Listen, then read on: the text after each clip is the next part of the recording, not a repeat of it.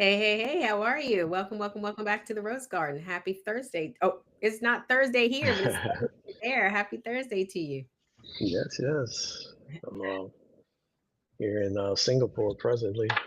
So, Ah, what's the weather like? it's very hot. Summertime weather out here. It's hot here as well. We had one of those uh heat advisories where everybody is kind of sheltering in place and hiding from everybody. So um I ain't going outside today, but other people are, I guess. You heard about that earthquake and tsunami and all that stuff out I around did. this? What was the noise you heard on your neck of the woods?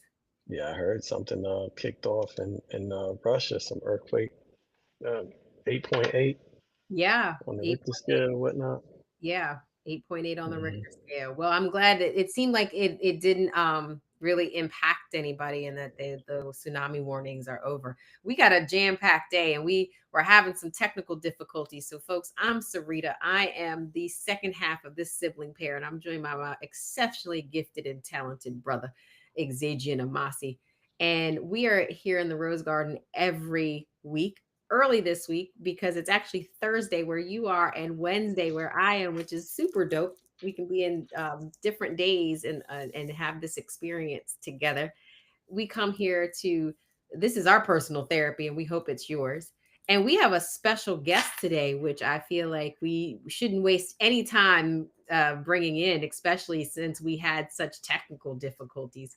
We are Right. we are joined today by artist, a professional writer and artist, and also a mother and just a dynamic individual. She's the artist and writer of um, Just Right, and she's here to talk about her journey and experience. And I want everyone to welcome Patrice Brown, who is going to share her wonderful journey with us. And we are so happy you are in the Rose Garden because we don't just invite anybody, do we, baby? We don't just invite No, anybody. no, no.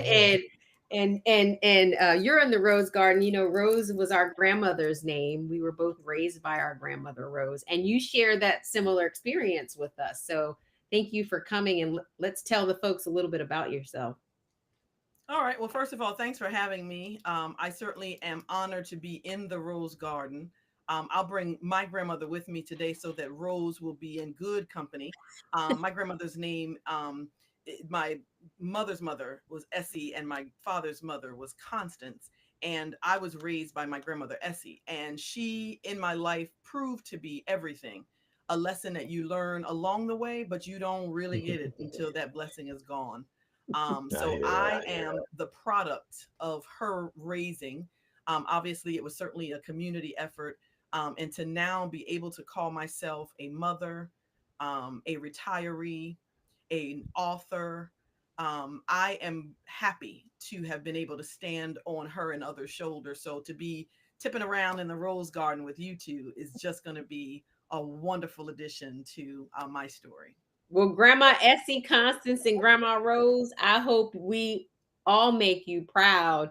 And my brother and I can certainly relate to forces. Brother, how was Grandma? What kind of force was she? Oh yeah, I think she was a very unique person, personality, and she definitely was a force. I mean, she was able to deal with us, in her senior years. It was amazing that she took on like three, very young children, in that time of her life when she should have really been enjoying herself. Absolutely. I So appreciate her for that. I appreciate her too. And you know what? Grandma Essie probably taught you some, other than just being the brilliant woman you are. What are some of the skills that she taught you that you take with you today? You know, it's funny. I find myself being her. One of the things that I feel like I carry is the voice, in that there are times when the words that are coming out of my mouth are coming from a place that I know is outside of me. And she always talked about how, faith and, trusting in God and kind of letting those things guide your steps. There are times when I go, oh, that was good, but that wasn't me. Um, I definitely know that from her teaching, I'm very much a resourceful person. If there's a problem, I can solve it. If there's if there's a little bit, I can turn it into a lot. She was an awesome cook, as is my mother. So she honestly could make a meal out of just about anything, and it was gourmet. The one thing that I love that she was able to pull off, and I've heard people say this, but for folks who don't get it, they don't get it. How it feels to be poor, but nobody tells you. Right, right, right. Right, You know, right. um, Yeah. somehow we managed to have everything we needed, but she never let it get lost on us that we weren't going to get everything we wanted. And I appreciate that there were times because she shopped from yard sales for us a lot. Yeah. And we Same would here. hide in the car and ooh, but she would shop anyway. And she had this habit, she'd be at the yard sale. If we're sitting in the car, she'd hold up the thing and ask us if we wanted it. And of course we'd be like, "Mm, no." But if it was good, if it was likely, if it was of quality, it was coming home with us. And lo and behold, it wouldn't be until you come home and you say, I need a black skirt for the choir, or I need a white blouse for church. And you would think that that would get you a trip to the store or the mall. Not at all. It would take her a trip to the closet and she'd say, here go one right here. So that habit of always having on hand what she knew you needed or anticipated, I believe that I'm her in that way. And I love those lessons that she taught. That is so valuable. And I love the way we all have that shared experience. That must be something being raised by grandparents where they're going to shop the yard sale in the thrift store and make you believe that you are actually getting a new item, like that. Absolutely. Absolutely. That this was brand new off the rack. Well, Yep. and there's so many similarities between your grandmother and ours. My grandmother was a great cook as well. And we were raised on a farm. I don't know if you knew that. So we had a lot of variety in the type of food that we could get our hands on. I'm not a good cook though. Like the heat of the kitchen is not appealing. And I think my brother told us on one show he think he can bang some pots together, but I ain't never seen him cook nothing that I've ever seen. So tell us what your favorite dish is to prepare and how you enjoy watching people consume your food. I'm gonna, just because we're on that theme of her, I now make shrimp and grits in every variety. I cannot, I don't think I can recall a time when she actually made grits. I mean, shrimp and grits, I mean. But there was always grits in the house, on the stove, in the kitchen. So that is one of those wholesome, homey, no matter what, it's certainly inexpensive. And what I enjoy is, especially when I make my varieties of grits, of course, I get fancy and I do the Manchego cheese and, the heavy cream and all those delicious I ain't even additions. never heard of that cheese. Yeah. I That's do a it. new I one for do it. me. But what's interesting It is sounded good though. yeah, Sound it's delicious. good. It creates this lusciousness that every time I make shrimp and grits, I hear different reactions. This is not the way you made it the last time. Or, girl, this is good. But there is nothing like knowing that you poured your heart and soul into something and their happy faces receiving it. So I would say, grits would be that underlining theme that every time I cook a pot, I think about her. Well, brother, I hear invitation coming since you ain't heard none. We ain't never heard nothing about that type of Yeah, I cheese. know. I agree. I I think we need to agree. go invite ourselves to retreat. What is it, Manchego cheese? It's like a Manchego cheese. And again, I use all kinds of new recipes and varieties just because, we're constantly learning. So I'm enhancing what the older people taught me. I know that's right. Well, you know what else is delightful about growing up with grandparents is they get to see us in ways that I guess most grandparents don't get to see us. So, most grandparents don't see us progress through the developmental course and then go and get a boyfriend and then go get straight A's in school. But when you're raised by your grandmother, she's on this track. And I'm a grandmama now. I don't know if y'all know this. I know my brother does, but Patrice, I don't know if you know this. And so I'm not sure I want to be on the dating journey with them little boys because I got my own perception about who's good enough and who's not good enough.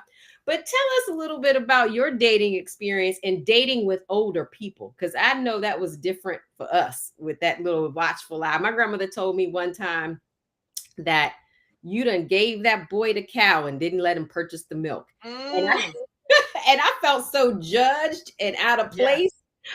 Yes. As only a grandmother could judge and put you out of place with.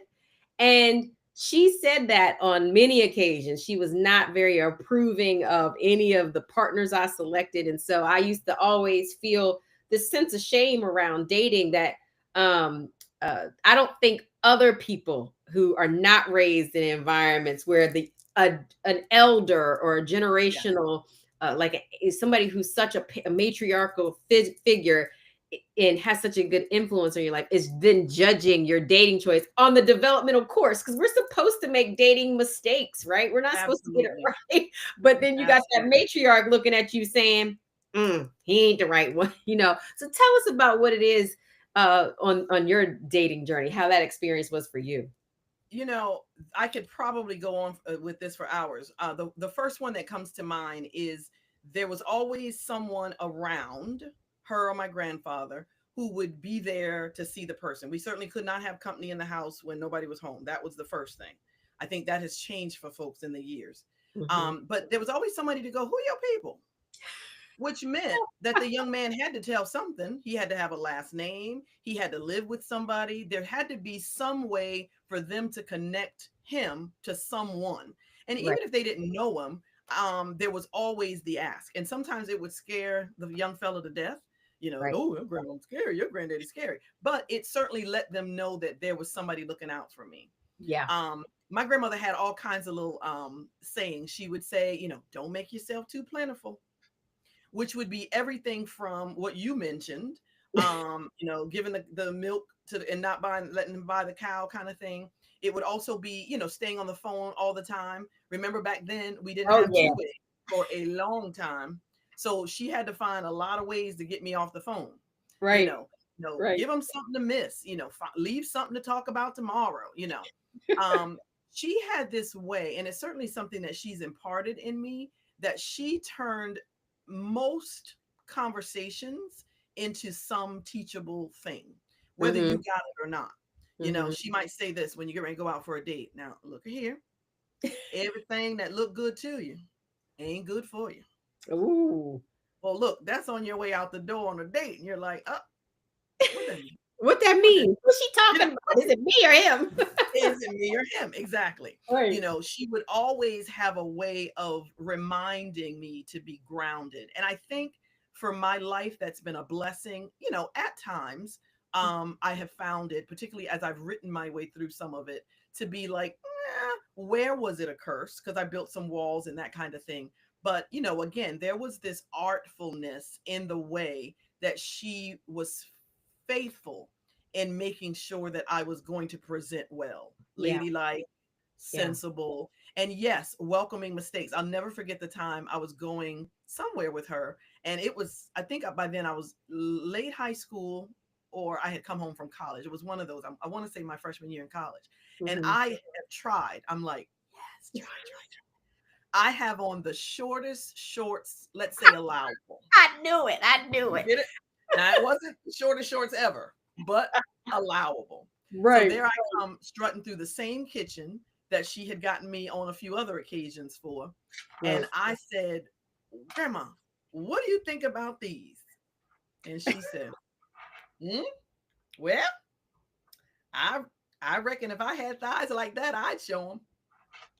Okay. And I thought, yes!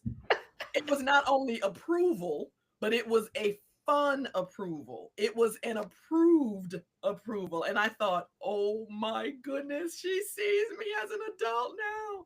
Yes. And again, over time, I would not take certain risks, but trust me, any of the ones I took she certainly was there to say, I saw you. I Right. saw you. And when And how necessary, she pushed me and back. how important is being seen, being seen by people that we value and we value your opinion. You mentioned that you're a writer, and I know you have written a book about journaling and the process of journaling, and you benefit from it. When did that start for you, where you were using the pen to kind of orate your mind and to collect your thoughts? It started very early. I think it was the first red journal book that had the little lock on it. That was my place to go drop things. And I remember that I actually still have it. The one of the first entries in it is from 19, I want to say 82ish. And I was writing that I liked some boy in my class. I don't know. And I kept that little book. Of course, it was one of those things that seeing it in the drugstore, I had to have it. The fact that it had a lock on it made me think, oh, yeah, this will be a really cool secret keeper. Right. Um, but somewhere along the way, that place felt safe until the lock got broken. Ooh. Oh, wait a minute. Patrice, did you have Who somebody broke that lock? you had a violator? My brother, I don't know. I got to tell this story. I know the folks who've been in the Rose Garden before. And brother, welcome Black. I'm glad that your technical issues are clearing up. That's what happens when we are live. And my brother is international, so it's Thursday when it's really Wednesday for us. So my brother violated my journal privacy. So I, like But you, I didn't have to break no lock. It was in a regular notebook. I just stumbled on it accidentally. it is They stuff said in my serendipitously.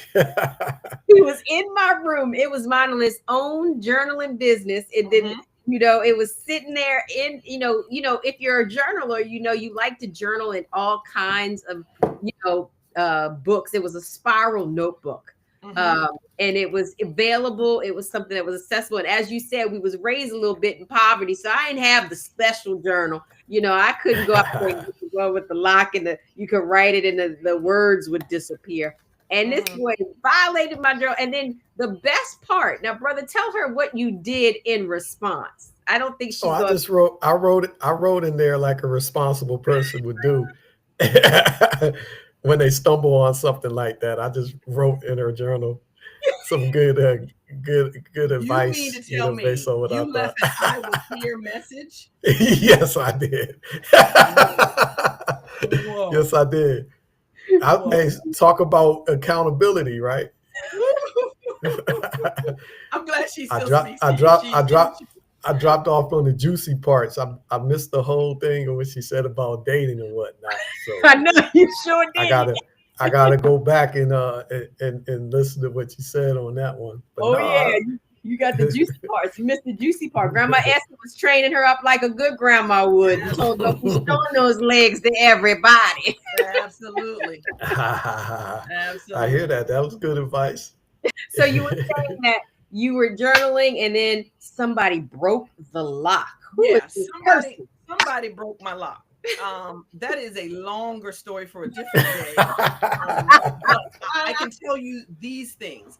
That break taught me, I think, a number of things. Certainly, that grandma's house wasn't just my house, right? I hear With that. grandchildren, you picking up what I'm putting down. Yep. Yes, Yep. That indeed. although I called it my underwear drawer, it was still her chest of drawers in the Yep. room that I was sleeping in. You see what I Yep. mean? So Yeah. I had an early taste of getting over it.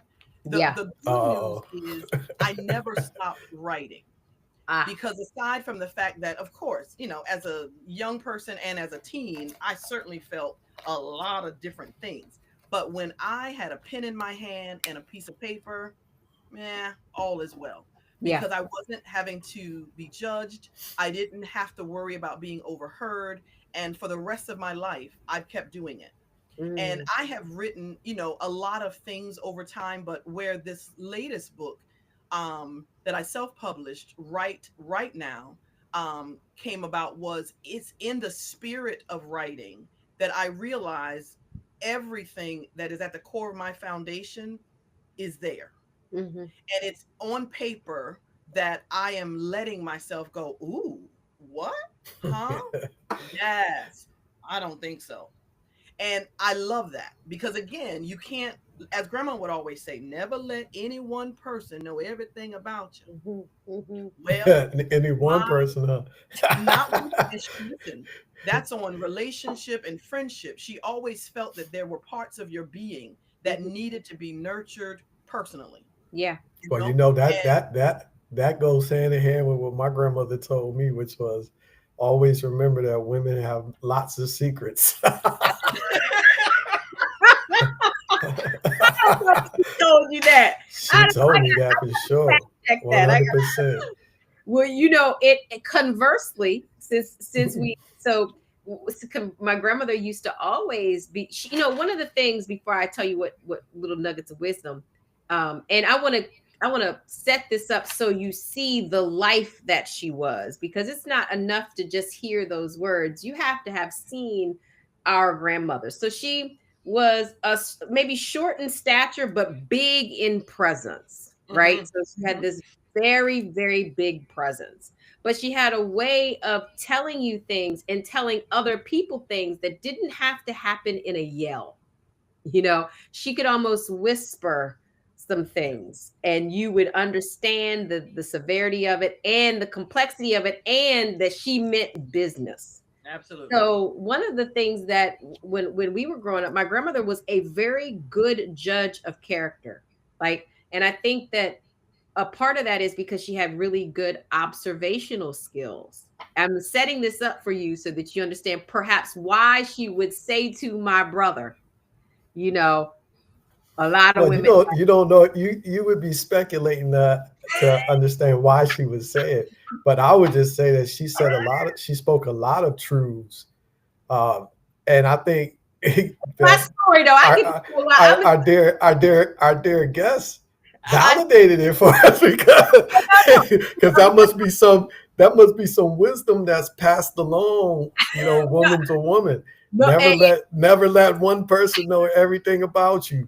Keep all these secrets. But what she was trying to do for my brother, I think, is because, as I don't know if I have prepared you for this, but the harem opens up when my brother comes in the room, right? Has been since childhood. So I think the lesson she was trying to impart on him was avoid low-hanging fruit, right? That's not what she said. She said, always remember. And I did. I remember everything our grandmother told me. I'm gonna tell you, Patrice, that like you, I see in my day-to-day life, I see the influence of my grandmother on me. And it's like everything that I do in the way that she taught me to do it. And the things that she told me, I took them to heart. So that thing I've shared with all my brethren, everybody that knows me, I shared that with them, to prepare them, because that was a jewel that she gave me, which I found to be true, which that's why it struck me when you just said that your grandmother told you something similar, which was coaching a young woman to hold those secrets. Right. And maybe it is a good thing for she was coaching. Tell them what she was doing, Patrice. Tell them what she was doing. Honestly, I think in a way that I didn't understand at the time, she was certainly reminding me to keep some things to myself that weren't fully developed yet. That was the first thing. I love you see what I mean? At the same time, she was letting me know that some things in life are going to come and go. Men, friends, stuff, people. And if everybody that walks out of your life has all of you to take with them, not only have you fill them up, you are going to be left quite empty. Yeah. And in the ways that is relevant in my own life, there are times when I've had to ask myself, what is this about? Or what is this, wall for? Or where did I get this very staunch philosophy from? A part of that truly is that in getting to know me, not everybody even knows me the same. Yes. Well, let me ask you guys this question. Well, you girls, instead of saying guys, my apologies. Well, let me ask you girls this question. In that frame of thinking, do you Mhm. believe that you are a finite being, meaning that basically this is all of you?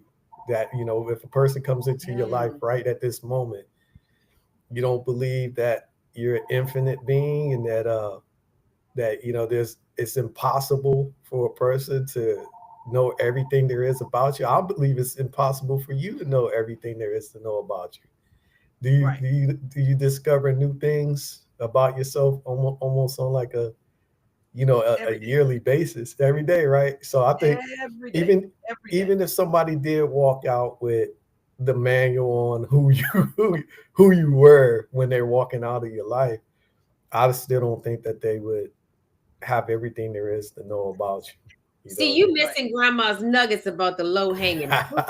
See, I feel like She was I saying feel like you, all of these informations that are. So I want to make sure we very specific on what she said. It wasn't low hanging fruit. It was that women have lots of secrets, which that's true. well, what I But I want, think I think but I but what think it's she a was trying to benefit though. share with you is that there's all kinds of women, and that No, the no. secret She said that are falling. always remember women.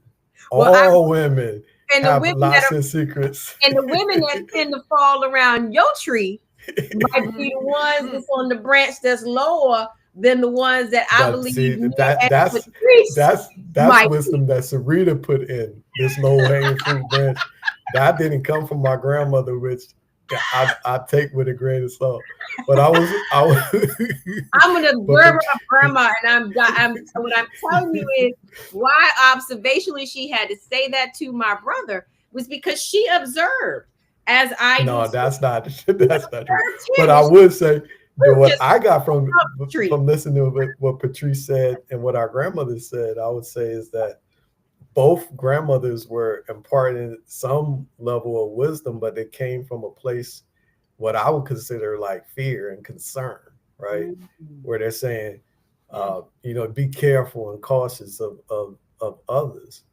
But I do find value in what both share, and I find validity in it. It's just taking it at at surface, for the surface. But I Well, was going to ask Patricia, what was her process on writing the books? Because I know a lot of people have uh, that kind of thing is a objective or a goal, but they find it hard to actually see that through to fruition. So absolutely. Right. how if you've written several, it sounds like in writing is your passion or whatnot. But what's your process of being Well, able to the complete that? the simplest answer to you is that I just kept doing it. Long time ago, I wanted to be, I was a rapper, Tracy B, for your information. So, Oh yeah. um, you know, and I started writing poetry. And then I in hear that that. process, of course, I published my one of my first pieces in the Clemson University summer workshop magazine. And guess what it Mhm. was about? You guys will be like, "Ooh, A corny." It boy, was about a going into boy. the library. It was going to the library. Yep. I was wrong. No, it wasn't innocent. It wasn't about boys. It wasn't roses are blue, violets are blue. I went into this library and I had this like whoa experience, and I couldn't get out of the library fast enough to go back and write about it. So Mm. the simple answer to that is I kept writing, and then of course over time I would organize things. I've got this little green spiral notebook that I've had since I'd say elementary school, that has all my little, and I have things in my own handwriting from way back then. So if I had to say this is my poetry book, it would be that one, right? And then in the process, so I'll fast forward through to and almost kind of now. I write a little bit of something most days. Sometimes it ends up being on a sticky note. Sometimes it's on the back of a napkin. If I'm in a conversation with a friend and something that is, I'm going to say profound, if you will, comes out of my mouth, I either record it, or now that my friends who get me say, girl, you need to write that down. Mhm. One, because sometimes even for me, it's the hearing of the thing that is the writing. because I wasn't thinking it until I was talking to the person, or I wasn't feeling it until I was aware that I was in a safe place to feel it. So I just write. And what I have realized is sometimes I am on a specific track. Like now, my mission is clear for this series. So I've got, and I'm looking at them right now here in my office, I've got each of my books in their own binder so that as pieces emerge, I now see them being born. The reality of it is that I'm so passionate about doing it that I would do it anyway, right? But the publishing side of me that's happening right now is that confirmation that you said you were going to write a book one day, girl, and you did it. So I'm going to do it and keep doing it as I learn how. What would Patrice, who was journaling in that initial, part where you said before and somebody broke the lock, tell what would you, the Patrice you are now, tell that little girl that was journaling and they broke the lock? Ooh.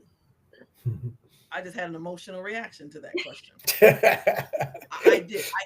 I think I would tell her now that you only put a part of you on the page, so don't fret it. I think I would tell her to not see that broken lock as a sign to mistrust people. Because what I was going through in my childhood, I recognized was that the journal was a place for me to hide. I had lost my father young. I was living with my grandparents and not with my parents. So there were all of these little things that were just under the surface. Of course, I was being loved, I was being fed, I was being clothed, I was being friended. But sometimes there was something else occurring that I needed to spend time with. I appreciate that my journal gave me that privacy. But just like people in my life continue to do, I go, that lock breaker came into my life for a reason.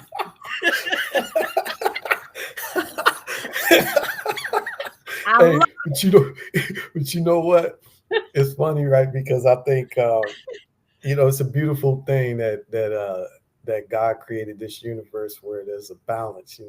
There's everything has its opposite. It's like I like what you said when you said that sometimes that you could just have a conversation and then things just start to evolve. They come into creation, right? And it's like that's what I consider like the ever expanding creative part of you. And then I think also in terms of what you said about the distrust, I feel that because I think like a lot of us go through that in some way, shape, or form in the development of our interpersonal connections, right? There's something that breaks this trust down, and then I think that's part of the curriculum of life to see what you decide to do with that. When you experience that. So I would like to add this. It's one of the things that people who talk to me now that this book is out about this journaling process. I have a lot of different strategies that I teach people because I still, there are moments when I am writing word for word for word what I want to write. And then there are other times that I'm not.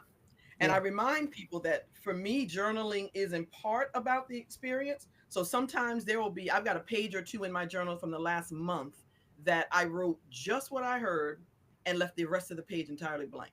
Wow. Now, that page may be blank when I get back to it in 2 months, a year, 5 years, but I know why the page was left blank, right? I hear that. Yeah. Sometimes I will leave myself a little note about why I'm leaving it blank. You see what I mean? So there are people who have asked me this, like, what if, and this version is really narrow, if you will.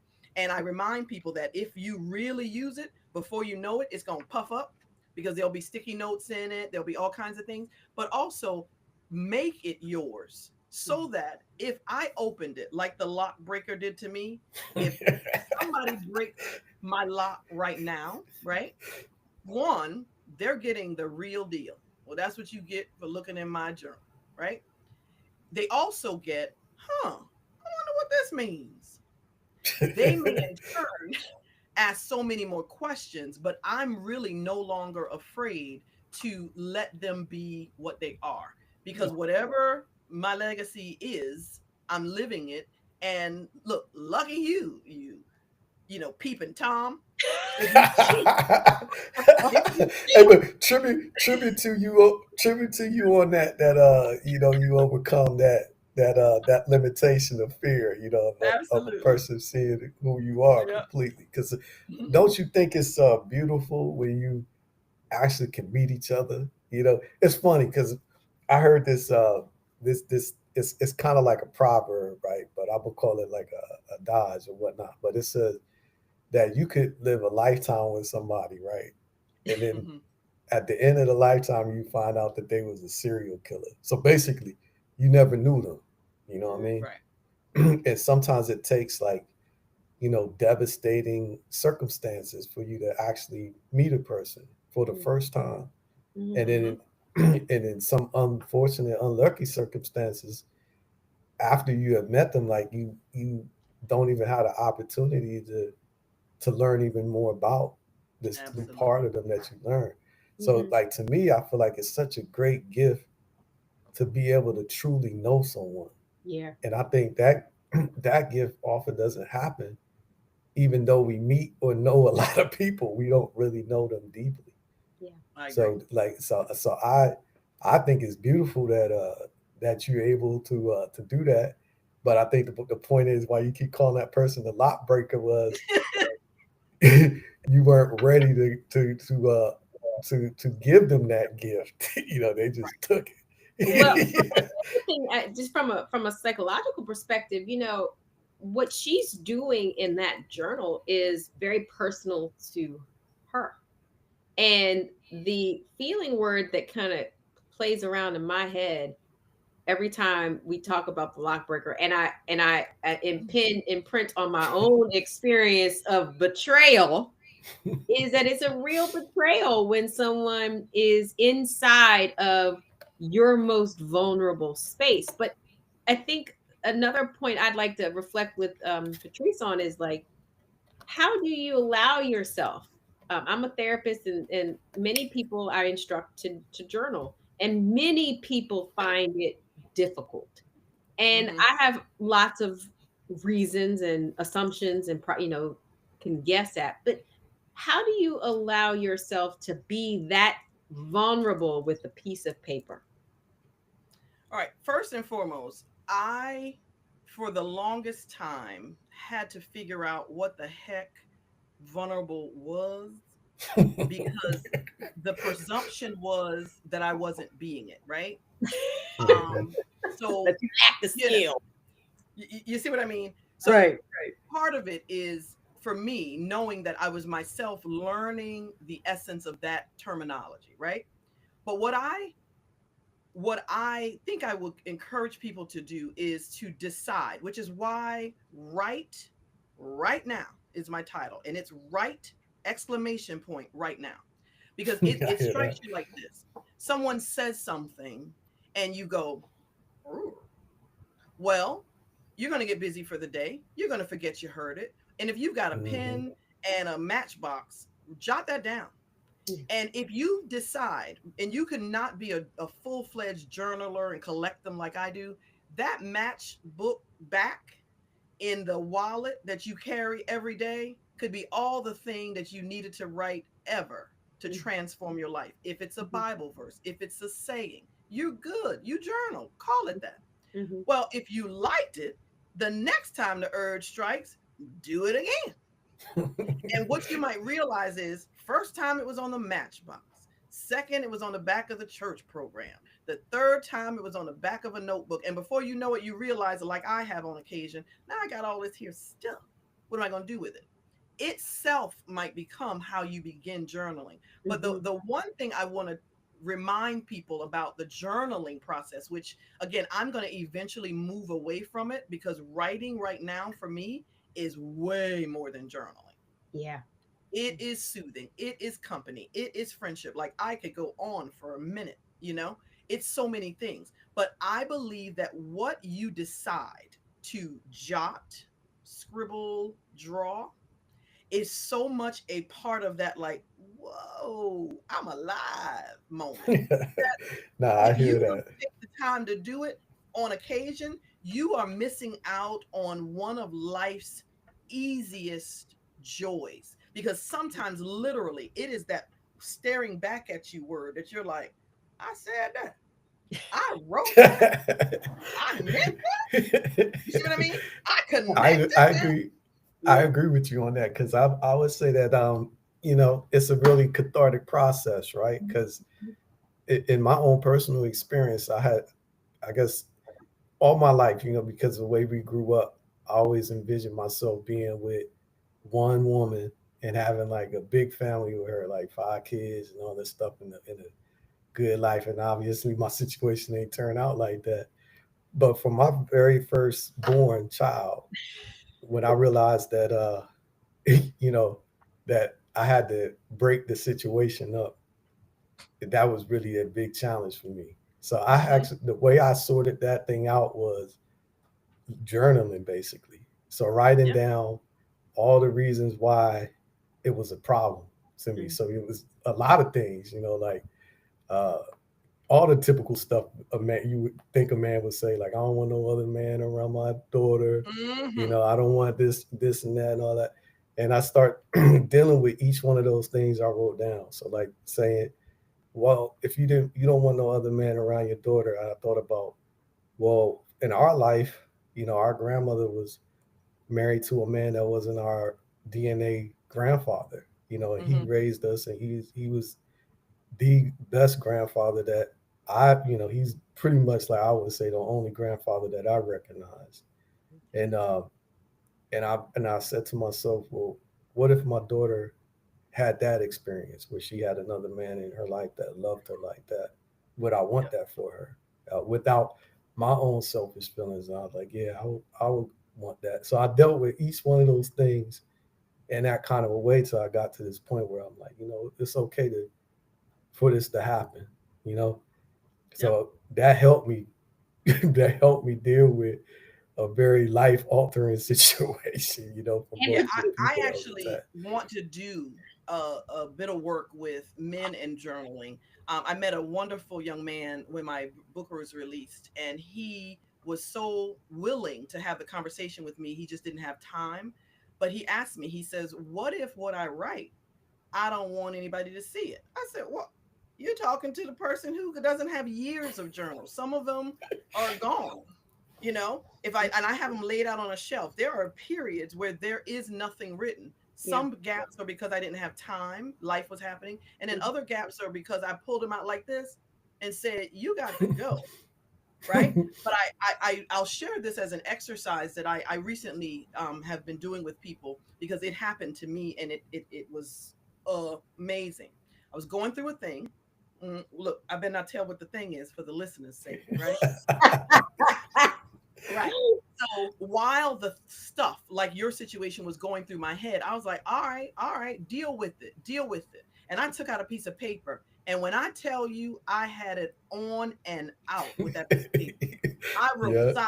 upside down in the margin. Ooh, I mean, when I tell you everything that I wanted to feel and think or didn't think I thought came out on that piece of paper. And when I saw it, it looked like a hot mess. But look, this is what I did with it. Oh, hey, and crumpled it up and put it in the trash. Right now, the Yeah. truth is, I didn't need that in my journal book. Just so you know, it wasn't going in the one that is glued together. But a day or two later, knowing myself, my office, I go back in the trash can and I take it out. And I chuckle because I go, what is this saying? When I looked at what I wrote, it was so true day 2 and 3 that I said to myself, and I talk to myself in third person, don't judge me, right? I said, Patrice So Brown, good for you. You see what I'm saying? Patrice Brown, good for you. And in the discovery of what was on paper, I yet to date have mentioned what I discovered on that paper to anybody. So, what I would say, even in a case like yours, where you have that moment, man, what you figured out, nobody needs to know it. You know, it's well, okay to rip it up. And for well, those type of journalers, I'm saying right now anyway. I'm with you. I so support and endorse what you're saying. But I would say this though, that no matter what you do, everything that you do is going to come to light no matter what. It's like I feel like I feel like there's a divine spirit inside of us. Like if the creator is a part of everything it creates, then God is in all of us and everything. And it's an observing spirit, right? Or presence. Absolutely. And that observing presence is nothing hidden from it, No. and as a result of us all being connected through that divine presence, we all know everything. So nothing ever is hidden, even though it's Even though we think it temporarily is. private. Mhm. Because in the case of the thing that I did, uh, other people did stumble on it. You know what I mean? That like you said, lot breakers came and got me. You know what I mean?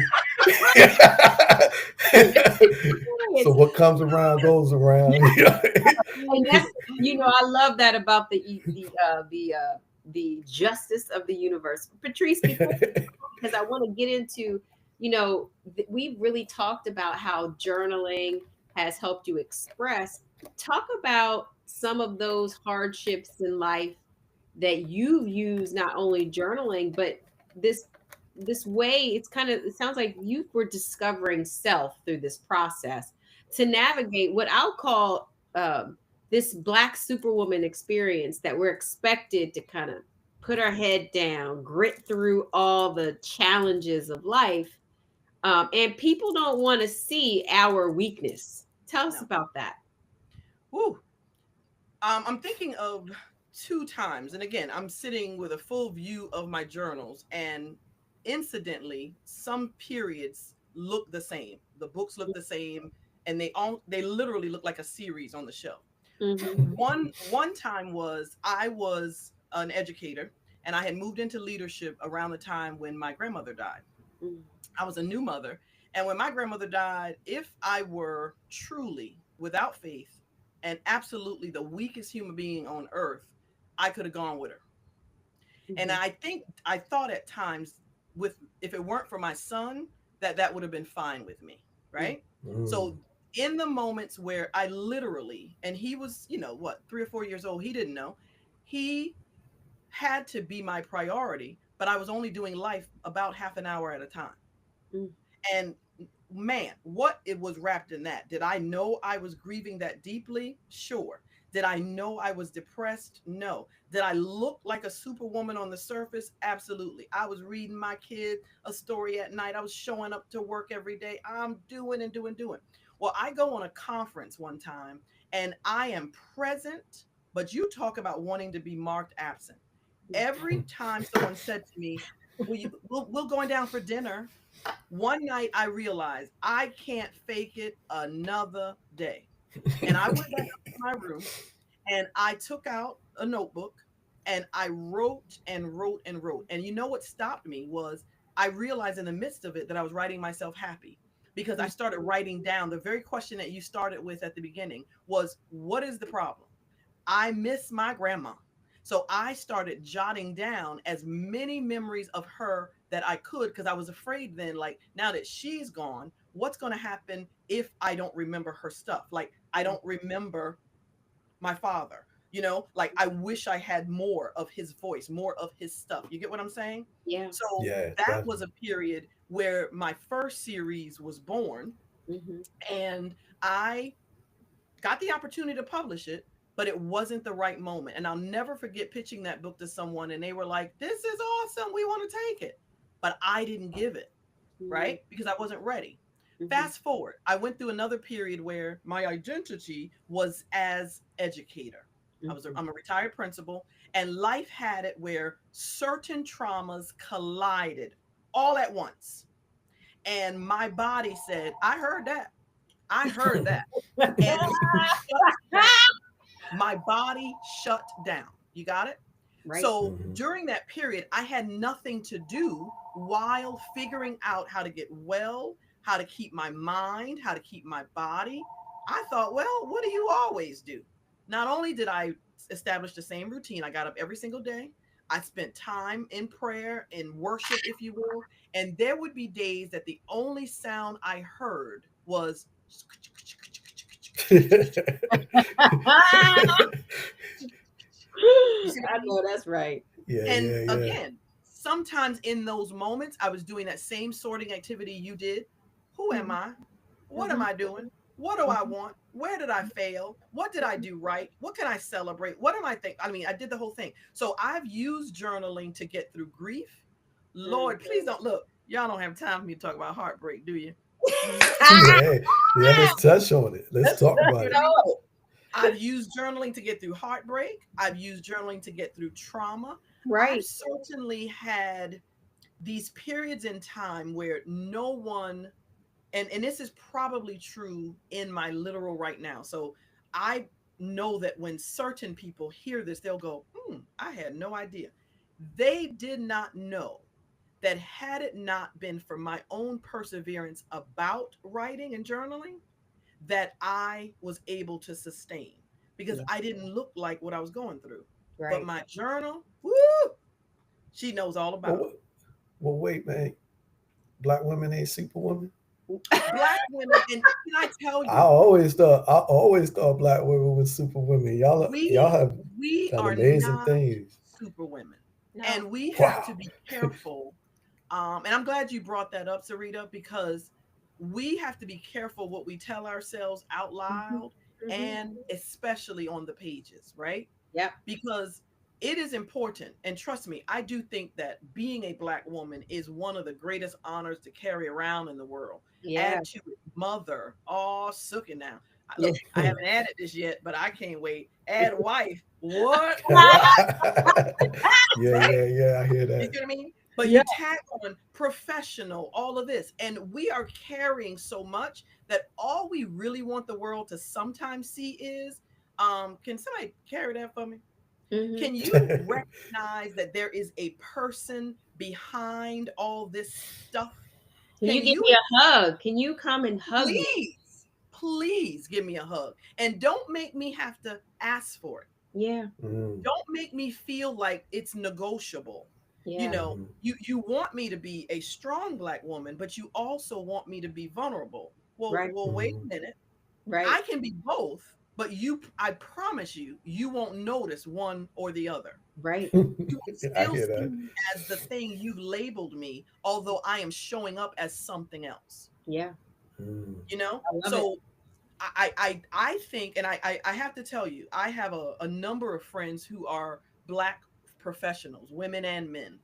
And when I catch them, and I mean it, because thanks to me and my God and my life and my journal and my background, when I catch a Black woman that I know, like tying that cape on like this, Yeah, yeah.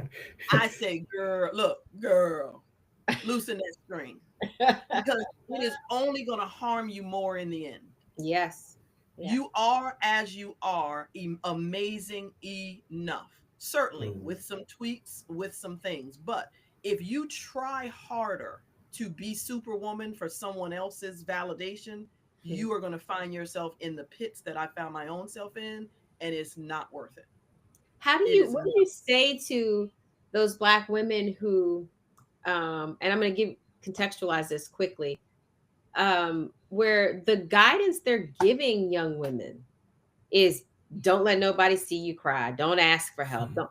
How do you talk to those Black women who clearly that was a message? I don't know, that wasn't my message that my grandmother gave me, but what I will say is my grandmother gave me rules to live by, like be disciplined, be Yes, principled, be have integrity, do things with a great, a great level of absolutely. skill, things like that. But I don't know, I never heard her say, buckle up, don't show people to ask for help. But there now we have other Black women who are telling other Right. Black women that's the way we survive and that's how we climb. What do you say to those women? Well, the first thing I'll tell them is make sure that there is a degree of separation between your friends and your professional friends, right? Yeah. Because if you're in a place where, let's say you've got friends who are, fighting for the same thing you are, you Mm, know, then guess what? She is likely gonna give you bad advice, because there's competition underneath, and there's a degree by which she can hardly see you because she's trying to do what you do and get what you got. Right. 100%. Right. Okay. 100%. The other part of that is knowing the difference in the nature of your friendships and who you share those parts of yourself with. You see how that comes back full circle? Mm-hmm. Because when I am talking to a friend who I know is amazing and smart, of course I am talking to her like she's Superwoman, but I'm reminding her that she's breakable. Mm-hmm. So I say, take the day off if you need it. If you are telling yourself that you're not okay out loud, don't think that everybody else around you isn't going to suffer the consequence for it, either by way of your attitude, the way you respond to them. So you're going to end up being something that they don't like anyway. We know those labels, right? So we know those. So even when we're doing the Superwoman thing, we're still not being seen as earnestly as we're presenting. Right. And where do men get in? Like, if you're a Superwoman, where do we put the man? Exactly right. Exactly right. And Well, again, I mean, as a I think single this woman, I have a whole, I dare not call that a series. I do have a book that I've written just about that. And believe it or not, it's an illustrated adult coloring book. Okay. That I wrote That's about that. And literally drew it as I'm talking to myself about what you just said, right? Yeah. And what it made me sit and do was, all right, look, single Black woman. The reality is, what would I do with a man if I'm such a superpower all by myself? At the end of the day, it's those little creases and crevices that, even though nobody's in them, we need to leave room to fill them. Because if 100%. We don't, we will be so hardened by the time he gets here. Look, do y'all hear the pot talking to the kettle? Look at it. I profess with my mouth. So it's in these moments where, again, because you guys are recording this, I'm glad I wrote that down. Well, you know, I feel you on that, because I put that into to action, right? Because one of these days, in my own self-awareness process, I looked at I just looked at my current living situation, right? And I was like, well, if you don't never plan for having nobody significant in your life, you know. Yeah, even in my closet, right? I was like, man, I got like 2 closets and it's all filled with my stuff. So then I said, okay, well, if I really want to make space for somebody, I need to make some space in this closet for somebody to put their things in there. You know what I mean? Mm-hmm. Even though ain't nobody putting their things in there right now. I was just like, technically speaking, I need to make space, you know? Yes, so I love that you said that. Well, our time goes so fast, and I cannot end our session without a real getting to know you opportunity.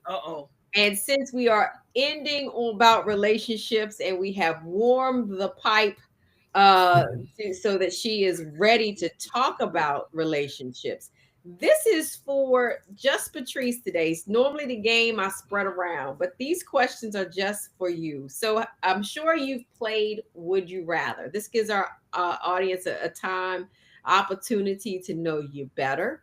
But this is Would You Rather with a twist. And thankfully, I know you and I know your heart, and I know you're trying to attract that right, valuable man. But I was watching the Instagram, and it took me down a dark path. It took me down this path where they was playing Would You Rather with the Gen Zers. Okay, these questions came, and it was Would You Rather dating edition, and I was floored about the answers that they were given. So this is going to be very, very hard. This is not for children. Y'all turn this down. If you got babies in your car, you're listening. Because it's another lot breaker. Another lot breaker question. I'm not gonna start with the one that punched, but I'm gonna give her. But we got one that punched, and I was surprised. I was shocked at these little babies, the way they were conceptualizing what they would rather have. So the first one is, would you like brain over brawn? A Brain or Braun? Sorry, Brain or Braun? I'll take Brain any day.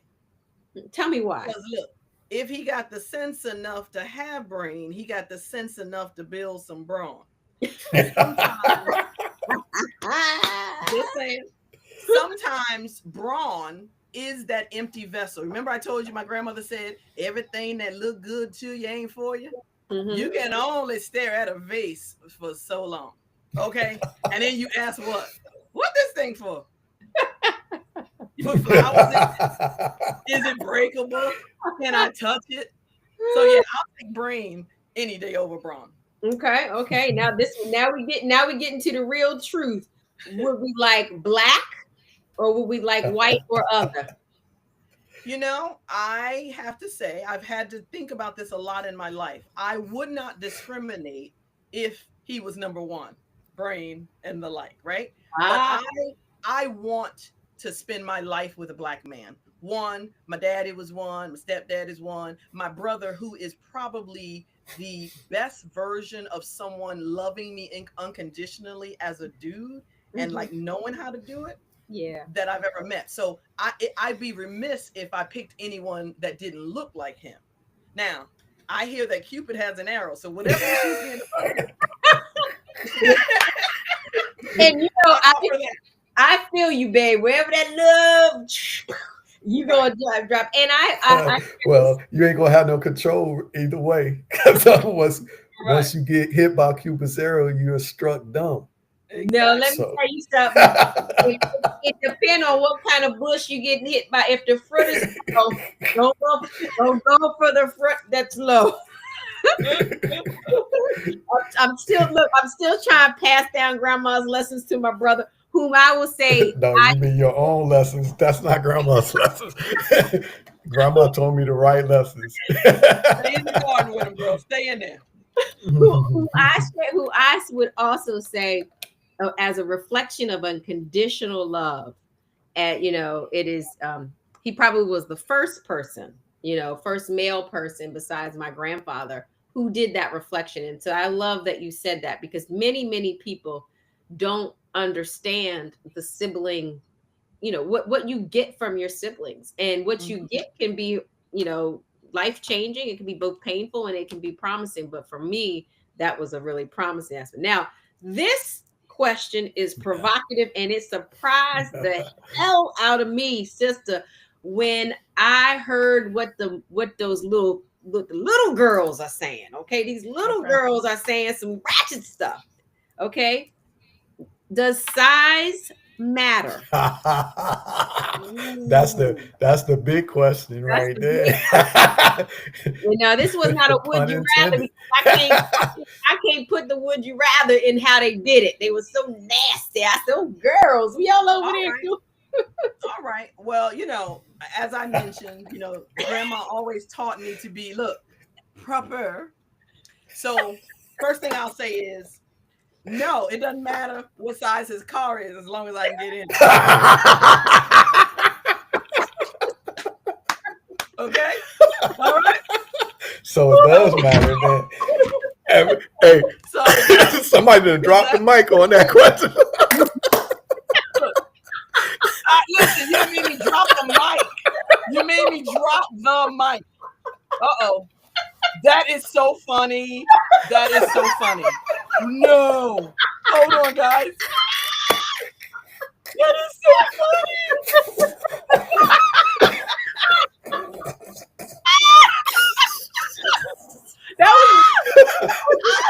That is too funny. Grandma Essie came and knocked it. That is so provocative. Grandma Essie came and knocked. Listen, she heard my thoughts and she said, the Lord always know what you're thinking. All right, guys, I'm trying to get back on. Here I am.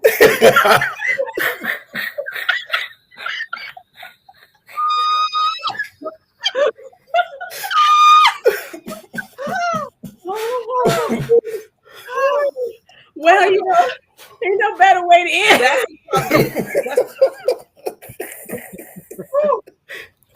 Hey, well, size really does matter, fellas.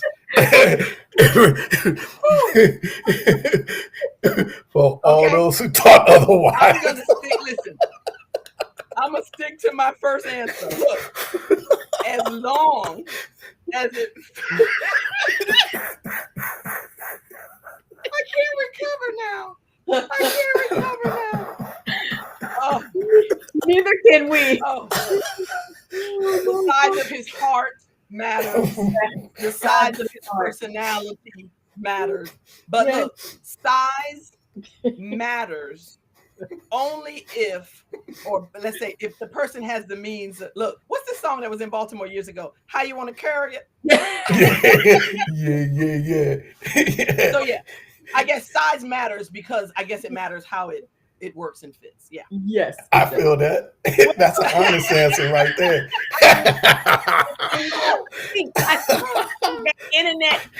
That internet, that's all the internet needed from us. You know,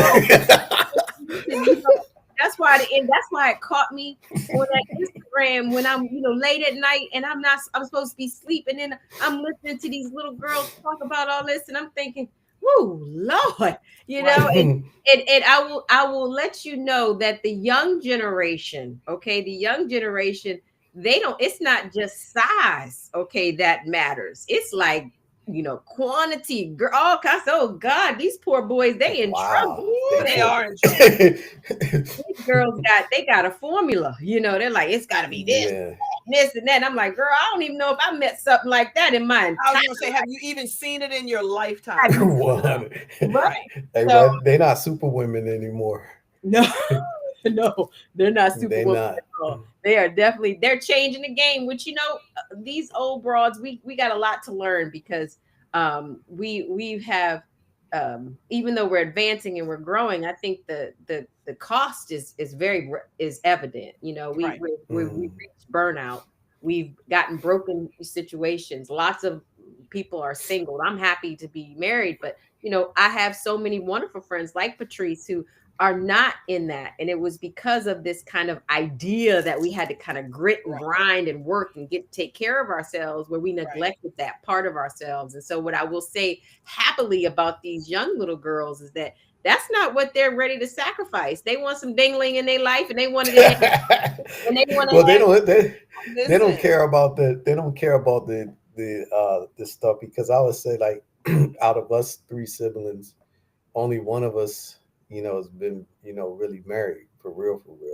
Mm-hmm. So I think at the end of the day, this is a bigger problem for our community. Yeah. That definitely needs to be, fixed, you guys touch on something, and I'll add this very quickly, and that is one of the things that, and particularly with regard to relationships, I've listened to myself, the spoken and the unspoken, and one thing I've discovered is too, it is important what we tell ourselves. Mm-hmm. And, once we tell ourselves, the classic stuff, they need to be, tall and handsome and this and that. But once we start to really qualify persons based on our own making, we're doing God's work and we need to stop. But we're also tarnishing the reality that when we see good, we won't recognize it. Right. 100%. And, I know as a nice, strong Black woman that I have probably more good qualities than bad ones. Perfect, I am not. Mm-hmm. But if someone's looking over my shoulder for someone taller, lighter, some version of superficial that I am not, I'm like, look, all right then, Mm-hmm. you are missing out on what this is, be it simple, and then grits, girl, you're missing out on that grits and that mahogany. Well,